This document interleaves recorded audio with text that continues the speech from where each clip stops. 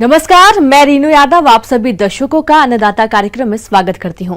किसान बहुत परिश्रमी होते हैं। वे खेतों में जी तोड़ मेहनत करते हैं। जो अनाज, फल और सब्जियां उगाते हैं, हमारे देश की अर्थव्यवस्था का लगभग समूचा भार उन्हीं के कंधों पर ही है। ऐसे ही भारतीय किसानों को खेती बाड़ी से जुड़ी बहुत सी नई, रोचक और लाभकारी जानकारियां देने के लिए हर रोज सुबह हम आपके साथ आते हैं। तो चलिए कार्यक्रम शुरू करने से पहले देखते हैं क्या है आज के अन्नदाता में। हमारे किसान भाई कड़ी मेहनत और लागत लगाकर फसलें तैयार करते हैं। ऐसे में अगर तैयार फसल में किसी तरह का नुकसान हो जाता है तो किसानों को लाभ कम मिलता है। इसलिए फसल की कटाई, मड़ाई के समय भी विशेष ध्यान रखें। इसी बात को ध्यान में रखते हुए धान की कटाई और उसके बाद के कार्यों में रखी जाने वाली सावधानियों पर देखिए कार्यक्रम का यह अंश। विश्व में भारत धान उत्पादन में चीन के बाद दूसरा सबसे बड़ा उत्पादक देश है। देश में लगभग 50% से अधिक लोग आहार के रूप में चावल का उपयोग करते हैं। धान की फसल में कटाई से लेकर भंडारण तक लगभग 10% तक नुकसान हो जाता है।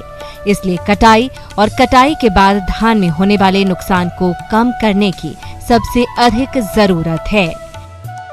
किसान भाइयों, धान की कटाई उचित नमी और सही समय पर ही करनी चाहिए। जब धान की 85% बालियां सुनहरी हो जाएं और दानों में नमी का प्रतिशत 20 से 25% हो जाए। इसके अलावा दाने को मुंह में दबाने पर कट की आवाज आए तो समझ लेना चाहिए कि फसल कटाई योग्य तैयार है। किसान भाइयों, फसल की कटाई के 10 से 15 दिन पहले खेत से पानी निकाल दें और इसके बाद कटाई करें। धान की कटाई मजदूरों या शक्ति चलित यंत्रों जैसे रीपर, कंबाइन हार्वेस्टर आदि द्वारा की जाती है। मजदूरों द्वारा हंसिया से कटाई की जाती है। फसल की कटाई सतह से 3 से 4 इंच ऊपर से करनी चाहिए। कटाई के बाद फसल को खलिहान में सूखने के लिए रखें, क्योंकि अगर कटाई के समय दानों में नमी ज्यादा होगी तो फफूंद लगने, कीड़े लगने और दाने के अंकुरन होने की समस्या ज्यादा हो जाती है। हंसिया द्वारा कटाई करने पर फसल को नुकसान काफी कम होता है और धान का पुआल भी अधिक मात्रा में मिलता है, परंतु हंसिया से कटाई काफी धीमी गति से होती है, जिससे कटाई पर आने वाला खर्च अधिक हो जाता है। वहीं कटाई के समय मजदूरों की कमी के चलते किसान शक्ति चलित मशीनों में रीपर और ट्रैक्टर चलित कंबाइन का प्रयोग धान की कटाई में करने लगे हैं, जिससे इंजन चलित मशीन धान को काटकर एक तरफ लाइन में लगा देती है, जिसे बाद में इकट्ठा किया जाता है। कंबाइन द्वारा धान की कटाई जमीन से काफी ऊपर से की जाती है तथा कटाई के साथ साथ मड़ाई और औसाई भी किया जाता है। लेकिन कंबाइन से धान कटाई में पुआल का नुकसान होता है और काफी धान टूट भी जाते हैं। धान के टूट जाने के कारण ऐसी उपज का बाजार में अच्छा भाव नहीं मिलता है, परंतु कंबाइन की कटाई क्षमता काफी अधिक होती है, जिससे समय की बचत होती है और कटाई लागत भी कम आती है। धान के बालियों और पुआल से बीजों या दानों को अलग करना मड़ाई कहलाता है। मड़ाई का काम मजदूरों द्वारा, पशु द्वारा और शक्ति चलित यंत्रों द्वारा किया जाता है। मड़ाई का काम फसल कटाई के बाद जितनी जल्दी हो सके कर लेना चाहिए। मड़ाई के बाद धान के बीजों के साथ भूसा, धूल के कण और पुआल के टुकड़े रह जाते हैं, जिसकी औसाई पंखे की सहायता से की जाती है। किसान भाइयों, धान के भंडारण से पहले दानों में नमी की मात्रा 10 से 12% से अधिक नहीं होनी चाहिए, अन्यथा भंडारण के दौरान भी फफूंद लगने, कीड़े लगने या दाने के अंकुरन होने की समस्या हो सकती है। भंडारण के लिए सूखा और हवा रहित स्थान को चुनें और अच्छी तरह से सफाई करके गोदाम को कीट रहित कर लें। अनाज को जिन बोरों में भरकर रखना है उन्हें भी अच्छी तरह से उपचारित कर लें या नए जूट या प्लास्टिक के बोरों का प्रयोग करें। भंडारण गृह में बोरों की छलनियां दीवार से 3 फीट की दूरी पर लगाएं और बोरों को जमीन पर प्लास्टिक बिछाकर या लकड़ी के गत्तों पर रखें, जिससे आपका अनाज कई दिनों तक सुरक्षित बना रहेगा। इस प्रकार किसान भाइयों, आप इन सभी बातों को ध्यान में रखते हुए यदि धान फसल की कटाई, गहाई और भंडारण करते हैं तो आप धान की फसल से अच्छी क्वालिटी की उपज लेकर उसे काफी दिनों तक सुरक्षित रख सकते हैं।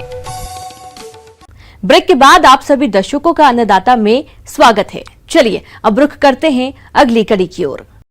प्रदेश में मसूर की फसल बढ़वार की शुरुआती अवस्था में है और इस समय मौसम में हो रहे बदलाव के कारण फसल पर कई रोगों का प्रकोप देखा जा रहा है, जिनके समय रहते रोकथाम करना बेहद जरूरी है।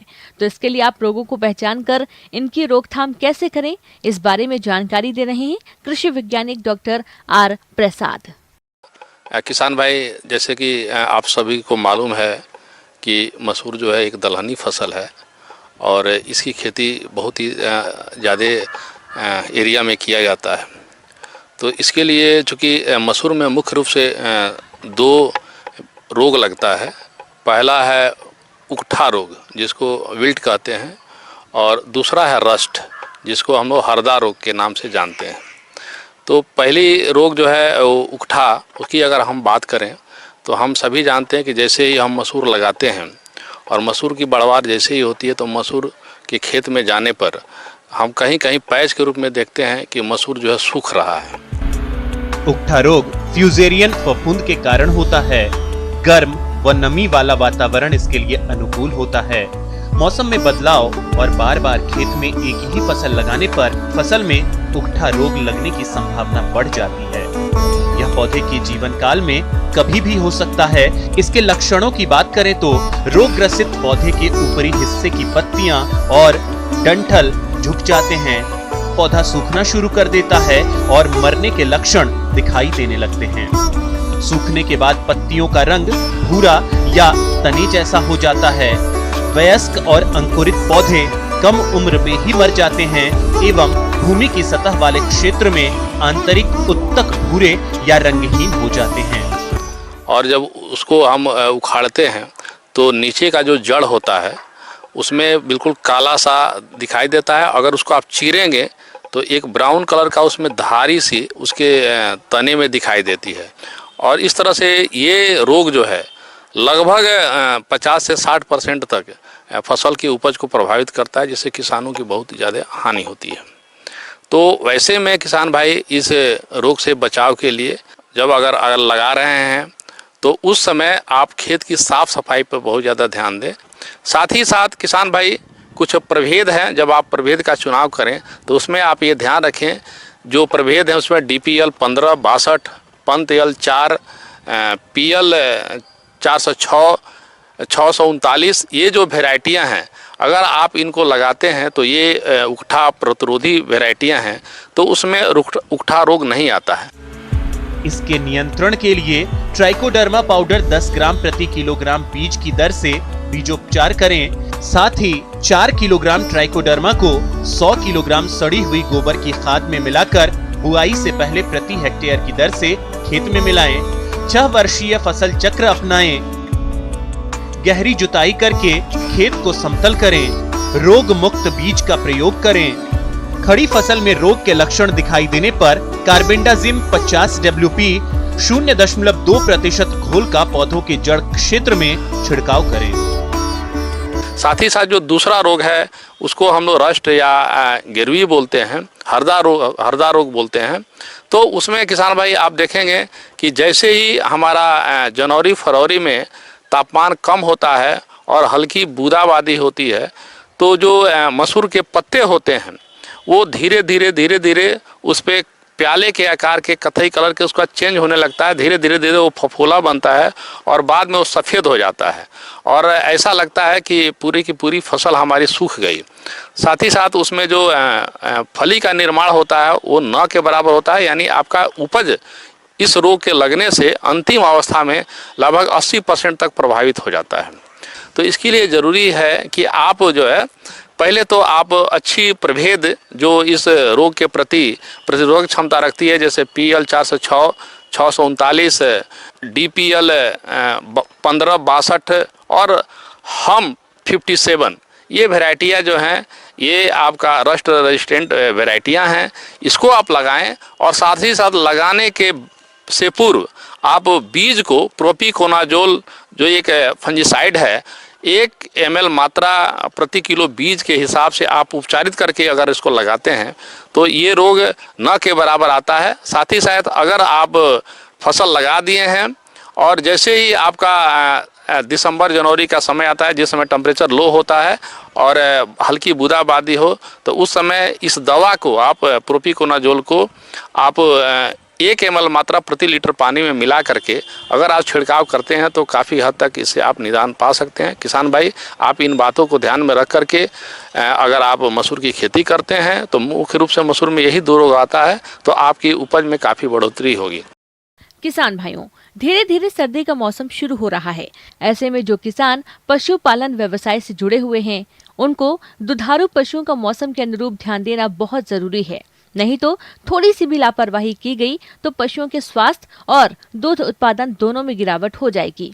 तो पशुपालक किस प्रकार से करें अपने पशुओं की उचित देखभाल, इस बारे में जानकारी के लिए मिलते हैं डॉक्टर लक्ष्मण सिंह शेखावत से।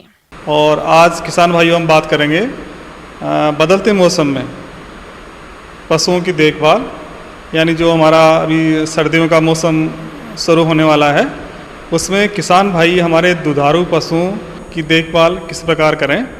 तो इसमें जो हमारी पशुशाला के अंदर जितने भी परजीवी हैं वो पशुशाला की दरारों में जहाँ उनकी छुपने की जगह होती है वहाँ छुपे रहते हैं।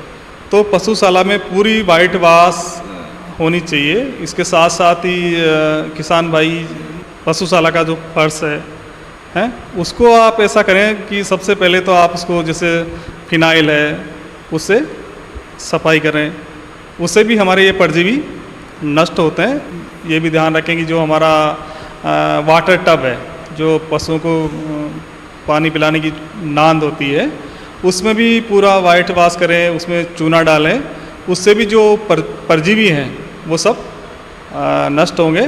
तो जो हमारी पशुशाला में जो पशु की नांद है, जो मेंजर है, उसमें कहीं सड़ा गला चारा हो तो उसके कोनों से वो निकाल दें और उसको बाहर फेंक दें। इसके साथ ही किसान भाई हमारे जो सर्दियों के बदलते हुए मौसम में ये भी ध्यान रखें कि जो पशु के आहार में एक साथ बदलाव नहीं करें।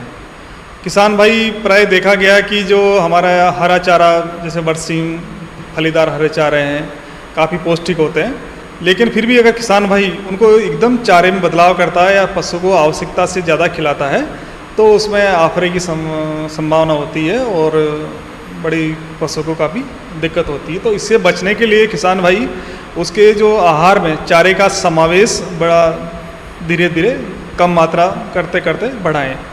इसी के साथ किसान भाई दूसरा ये ध्यान रखें जो हमारे पशु हैं उसमें एक साथ सर्दी आने से इसका भी एक दूरगामी प्रभाव पड़ता है और हमारे पशुओं का धीरे धीरे दूध उत्पादन कम हो जाता है। तो इसमें किसान भाई मुख्य रूप से ये ध्यान रखें कि जो हम आहार दे रहे हैं उसमें आप आहार की मात्रा थोड़ा बढ़ा के दें। अगर हम दुधारू पशु के संतुलित आहार की बात करें तो उसका जो कुल दिया जाने वाला आहार है उसमें तीसरा भाग यानी जो उसको राशन देते हैं वो दाना से दिया जाना चाहिए और बाकी जो 2/3 भाग है उसमें हरे चारे और सूखे चारे का समावेश होना चाहिए। तो इस प्रकार किसान भाइयों जो आपका राशन है उसमें 30 से 40% मक्का, इसी प्रकार गेहूं का चोकर है, बाजरा है, इनका समावेश। इसी के साथ साथ 30 से 40% उसमें जो खलियां है जैसे मूंगफली खली है, इसी प्रकार आपकी सरसों की खली है, इनको समावित किया जा सकता है। इसी प्रकार उसको जैसे चना चूरी है, अरहर चूरी है, इनका 20 से 25% भाग इनसे दिया जा सकता है और उसके साथ उसको 2% खनिज लवण और 1% नमक उसको खिलाया जा सकता है। ये एक दुधारू पशु के लिए संतुलित आहार अपन कह सकते हैं। किसान भाइयों अगर रोजाना पशु आहार की अपन बात करें प्रति पशु तो उसको उसके शारीरिक भार के अनुसार उसका आहार दिया जाता है, जिसको शरीर की देखभाल के लिए गायों को 1.5 किलो प्रतिदिन व भैंस के लिए 2 किलोग्राम प्रतिदिन, प्रत्येक 2.5 लीटर दूध पर गायों को 1 किलोग्राम दाना मिश्रण देना चाहिए। प्रत्येक 2 लीटर दूध पर भैंसों को 1 किलोग्राम दाना 6 महीने से ऊपर की गाभिन गाय या भैंस को 1 से 1.5 किलोग्राम दाना प्रतिदिन अतिरिक्त देना चाहिए। बछड़े या बछड़ियों के लिए 1 किलोग्राम से 2.5 किलोग्राम तक दाना प्रतिदिन उनकी उम्र या वजन के अनुसार देना चाहिए। कि जो हमारे पशुओं को प्रतिदिन पिलाया जाने वाला पानी है वो जो अपन लोग पीते हैं वैसा ही उसका पीएच होना चाहिए, वैसा ही उसका तापमान होना चाहिए और वैसा ही वो साफ़ सुथरा होना चाहिए। इसके साथ ही किसान भाई ये भी ध्यान रखेंगे जो हमारे पशु हैं उनका समय पे डीवर्मिंग करें, यानी पेट के कीड़ों की दवाई ज़रूर पिलाएं कि बदलते हुए मौसम में जो आंतरिक परजीवी हैं उनका भी संख्या बढ़ती है और वो हमारे पशु की उत्पादन एवं प्रजनन क्षमता को प्रभावित करते हैं। और उसके साथ साथ ही जो पशुओं में कई संक्रामक बीमारियां हैं, जैसे अभी खुरपका मुंहपका बदलते मौसम की सबसे बड़ी बीमारी है और ये हमारे दूध उत्पादन क्षमता को बहुत प्रभावित करती है और एक पशु में आने से ये सभी पशुओं में हो जाती है। इनका टीकाकरण जरूर कराएं। और इसके साथ ही किसान भाई दूसरा ये ध्यान रखें कि जो हमारे किसान भाई जो हमारी दवाओं का प्रयोग करते हैं वो आप जो हमारे विशेषज्ञ हैं उनकी सलाह के अनुसार ही उनका काम में लें। तो किसान भाई इस प्रकार आप जो बताई गई छोटी छोटी बातों का ध्यान रखेंगे तो आपको ये आपकी जो पशुपालन का धंधा है वो आपके लिए लाभ का धंधा साबित होगा। मौसम के अनुसार प्रबंधनों पर टिकी आपकी खेती बाड़ी और इसलिए मौसम पूर्वानुमान और उस पर आधारित साप्ताहिक कृषि सलाह इस प्रकार है।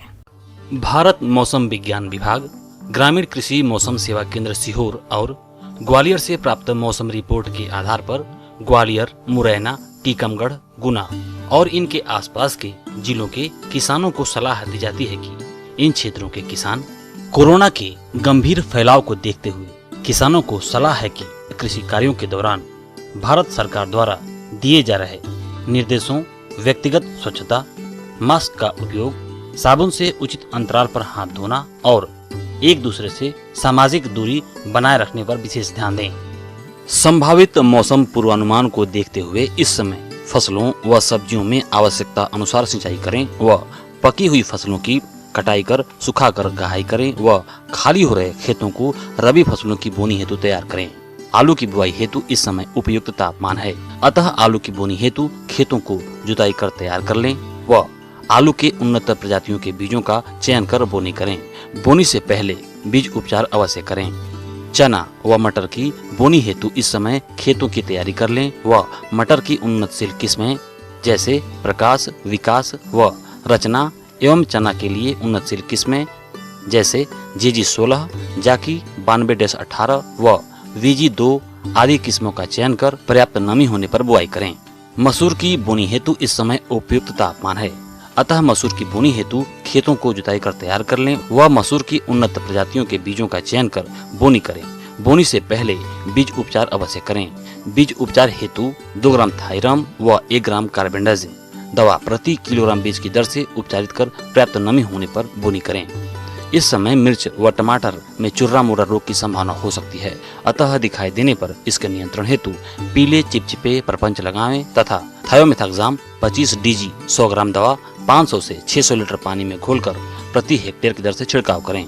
संभावित मौसम पूर्वानुमान को देखते हुए इस समय नवरोपित पौधों के थालों की सफाई कर आवश्यकता अनुसार सिंचाई करें।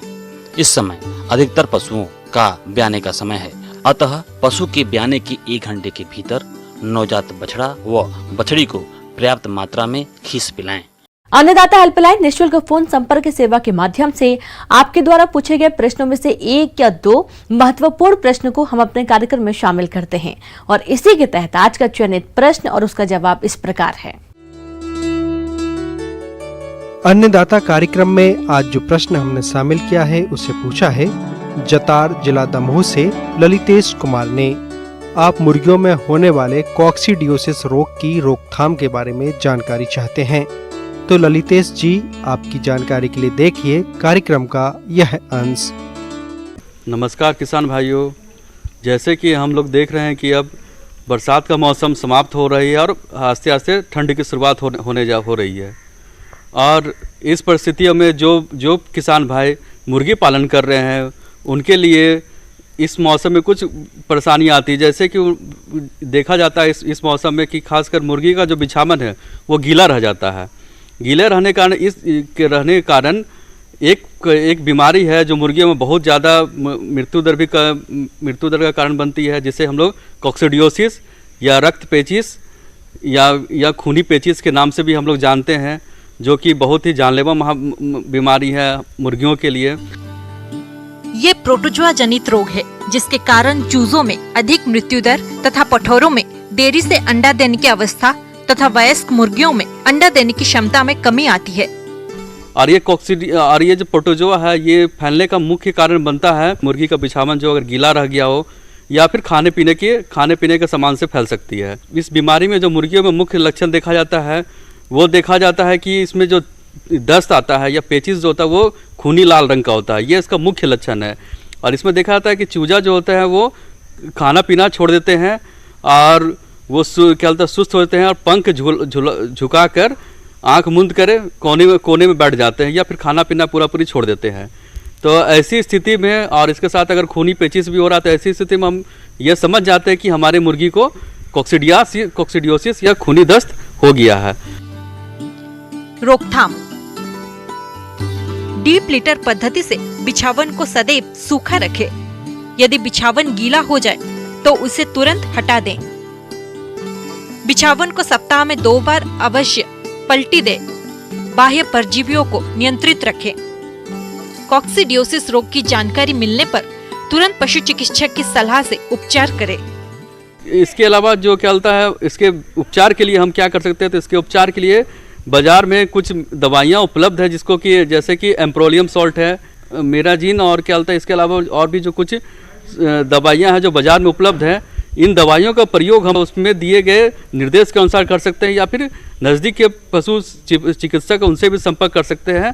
तो वो भी इसका जो क्या होता है सही उपयोग जो है या सही तरीका क्या है देने का दवा देने का वो भी बता देंगे। या फिर हम जो क्या होता है जो भी दवा लेंगे उसके ऊपर भी निर्देश लिखा जाता है, उस निर्देश के अनुसार भी हम ये दवा देकर मुर्गियों को कॉक्सिडियोसिस से बचा सकते हैं। किसान भाइयों, अन्नदाता आपकी सेवा के लिए संकल्परत है। कृषि संबंधित समस्या एवं सुझावों के लिए आप हमें इस पते पर संपर्क कर सकते हैं।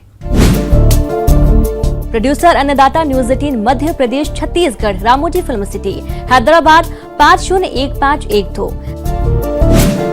साथ ही आप हमें ईमेल भी कर सकते हैं। हमारा ईमेल है p18annadatamp@nw18.com। और इसके अतिरिक्त आप हमें निःशुल्क हेल्पलाइन नंबर 180041922155 पर सोमवार से शनिवार सुबह 10 से शाम 4 बजे के बीच संपर्क कर सकते हैं। किसान भाइयों, अब समय हो रहा है आपसे विदा लेने का, तो हमारी अन्नदाता टीम को दीजिए इजाजत। कल फिर आपसे मुलाकात होगी कृषि संबंधित कुछ और महत्वपूर्ण जानकारियों के साथ। नमस्कार।